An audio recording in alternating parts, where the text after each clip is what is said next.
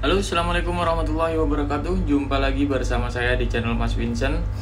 Oke teman-teman, di depan saya ada kulkas Polytron. Hanya lampu saja menyala, tapi kulkasnya tidak dingin teman-teman ya. Dan ini sering sekali kejadian seperti ini untuk kulkas Polytron. Kemudian untuk di bagian freezer, di bagian evaporator, kita coba cek ya. Nah, ini kita cari tahu dulu apakah ada kebocoran di bagian evaporator atau tidak teman-teman ya. Nah ini nggak ada masalah untuk di bagian evaporator ya, nggak ada korosi. Kita lanjut coba cek di bagian mesin kompresornya teman-teman ya. Oke, untuk mesin kompresor ini nyala teman-teman ya, di 0,5 untuk ampernya, artinya ini tidak ada freon sama sekali ya. Kalau misalkan 0,5, untuk di bagian filter juga tidak panas ya, bodi kulkas juga tidak panas ya. Kemudian ada suara gemericik sedikit di bagian evaporator. Ini tanda-tandanya bisa jadi kerusakan pada kulkas Polytron ini. Bisa jadi itu ada kebocoran freon atau oli kompresor sudah naik ke evaporator sehingga kulkas menjadi tidak dingin teman-teman ya. Dan bagaimana untuk cara memperbaikinya? Kita akan coba potong di bagian jalur evap teman-teman ya. Di bagian jalur evap, karena ini mau kita flashing teman-teman. Jadi kita akan coba flashing menggunakan metil ya. Ini banyak banget pertanyaan-pertanyaan di kolom komentar untuk penggunaan metil. Itu secukupnya aja teman-teman, yang nggak usah terlalu banyak banget ya. Intinya yang penting masuk teman-teman ya. Nah, untuk memasukkan metil pada evaporator, nah caranya seperti ini teman-teman ya. Kalian gunakan selongsong karet ya. Kemudian kalian hidupkan, kemudian untuk metilnya tinggal kalian masukkan ke bagian pipa kapiler. Nah, ini saya contohkan teman-teman ya. Nah, ini dalam posisi hidup. Nanti kalau misalkan posisi hidup, maka metil akan terhisap melewati pipa kapiler. Nah, kalian bisa tambahkan metil kurang lebih bisa 4 tutup botol filter ataupun tutup metil teman-teman ya. Itu saya rasa sudah cukup ya. Kalau misalkan banyak ya tinggal kalian tambahkan lagi. Nah, ini udah berkurang, coba kita tambahkan lagi. Supaya kenapa? Supaya metil ini bisa tercampur dengan oli. Gitu aja teman-teman ya. Intinya nanti kalau misalnya udah kecampur, maka proses pemelasingan, pembersihan di bagian evaporator itu lebih mudah teman-teman ya. Nah, caranya seperti ini. Sekaligus ini membersihkan di bagian pipa kapiler ya. Karena pipa kapiler ini kalau misalkan tidak ada kebuntuan, itu semakin lama dia akan semakin menyempit ya untuk lubangnya. Jadi kotoran-kotoran. Nah, kotoran itu bisa jadi karena dari korosi dari kondensor teman-teman ya, kondensor, kemudian mesin ya, dan juga di bagian filter lah, dan juga yang lain-lainnya. Itu yang menyebabkan ada penyempitan di bagian pipa kapiler. Oke, saya rasa ini udah cukup ya. Nah, setelah semuanya udah kita masukkan metil ke dalam evaporator, kemudian tinggal kita masukkan kembali ke bagian filternya teman-teman.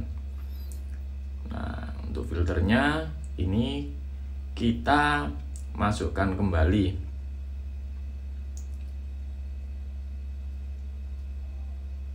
Nah, kita masukkan kembali seperti ini ya. Nanti kalau misalkan sudah selesai, tinggal kalian matikan aja untuk kulkasnya teman-teman ya. Baru kalian las ulang. Oke, jadi ini kita masukkan terlebih dahulu teman-teman ya. Oke, ini udah selesai teman-teman ya. Jadi lubangnya udah kebuntu, jadi saya akalin di bagian pinggirnya seperti ini. Yang penting bisa masuk teman-teman ya. Nah, jika setelah seperti ini, tinggal kalian nyalakan untuk kulkasnya untuk melakukan proses pemelasingan ya. Nah, nanti akan keluar. Nah, ini ya, ini keluar nih. Jadi metil yang udah kita masukkan tadi ini akan keluar beserta oli-oli dari evaporator teman-teman. Nah, tinggal kalian buka tutup. Nah, nanti sampai benar-benar bersih di bagian evaporator teman-teman. Nah, ini ya, oli juga keluar tuh. Oke, kita buka tutup aja seperti ini terus menerus teman-teman ya, sampai benar-benar bersih, udah nggak keluar lagi. Kemudian suara desis di bagian evaporator itu udah nggak ada suara gemericik air lagi teman-teman. Itu udah tanda-tandanya evaporator udah bersih ya. Nah, ini cukup banyak banget. Nah, kita buka tutup ya. Nah, seperti ini terus. Kalau misalkan masih ada, ya kalian bisa tambahkan metil lagi. Caranya berulang-ulang aja seperti itu teman-teman ya. Banyak banget nih teman-teman ya. Nah, ini yang menyebabkan kulkas itu menjadi tidak dingin. Kenapa bisa oli sampai naik ke bagian evaporator? Karena ya itu tadi ya teman-teman ya, terjadi penguapan oli kompresor. Karena mesin kompresor bisa jadi karena terlalu panas ya teman-teman. Jadi seperti itu. Seperti ini ya. Oke, semuanya udah selesai, udah nggak ada lagi oli ya yang keluar dari evaporator teman-teman. Nah, selanjutnya tinggal kita pasang ya. Nah, karena untuk kulkas ini waktunya udah lama ya, pemakaian udah lama sekitar 5 tahun lebih. Kita mengganti kondensor juga, karena untuk kulkas Polytron ini rawan di bagian kondensor teman-teman. Karena pernah saya tidak mengganti kondensor, itu jangka waktu sekitar 6 bulan sampai 7 bulan, maka dia habis lagi. Dan seperti itu terus teman-teman. Jadi ada kebocoran halus di bagian kondensor. Jadi biar nggak 2 kali kerja, kita ganti kondensor langsung teman-teman ya. Oke, ini udah terpasang untuk kondensornya. Ini saya menggunakan ukuran 8 teman-teman ya.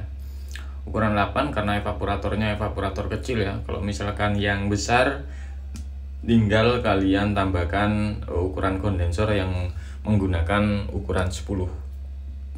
Yang penting ini teman-teman ya. Jadi pengelasannya juga harus